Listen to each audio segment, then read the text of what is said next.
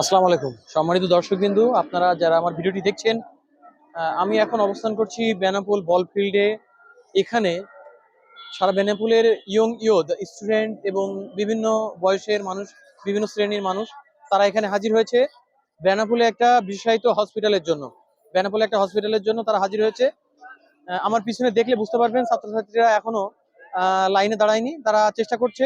বিভিন্ন school college, বিভিন্ন সংগঠনের মানুষজন এখানে আসবে, এসে বেনাপোলবাসীর জন্য একটা বিশেষায়িত হসপিটাল দাবি করছে। এই দাবিটি খুব অতি তাড়াতাড়ি বাস্তবায়ন না করলে তারা বড় ধরনের অ্যাকশনে যেতে পারে, এই ধরনের একটা মন্তব্য তারা শুনলাম। যারা আমার ভিডিওটি দেখছেন পুরো ভিডিওটি দেখার চেষ্টা করুন, আমি আশা করি পুরো সম্পূর্ণ ভিডিওটি দেখাবো আপনাদেরকে।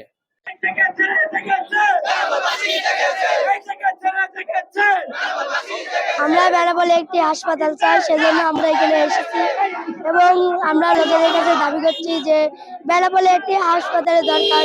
সেজন্য আমরা হাসপাতালের দাবিতে এখানে এসেছি। অনেক জায়গায় অনেক দিকে আমরা খালি যেমন বেনাপোল এইসব জায়গায় অনেক জায়গায় চিকিৎসার জন্য মানুষ মারা গিয়েছে। সেজন্য আমরা সরকারের কাছে দাবি আমরা চাচ্ছি দেখতে পাচ্ছি যে বেনাপোলে বিভিন্ন একটা আমরা স্কুল হাসপাতাল কলেজের চাই। ছাত্রছাত্রী তারা অবস্থান করেছে হসপিটালের দাবিতে। তাছাড়াও স্থানীয় বিভিন্ন মহলের মানুষ কিন্তু তারা অবস্থান করছে। আমার ভিডিওটি দেখলে বুঝতে পারবেন।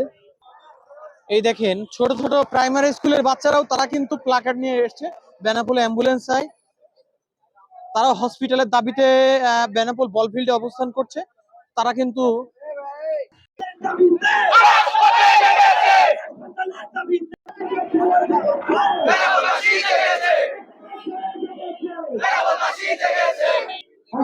আমাদের দীর্ঘ স্বাধীনতার পরে 55 বছর পর আমাদের এই বেনাপোলে স্থলবন্দর এত বড় একটা তারপরে আমাদের এখানে একটা হাসপাতাল, সেই হাসপাতাল হয় না।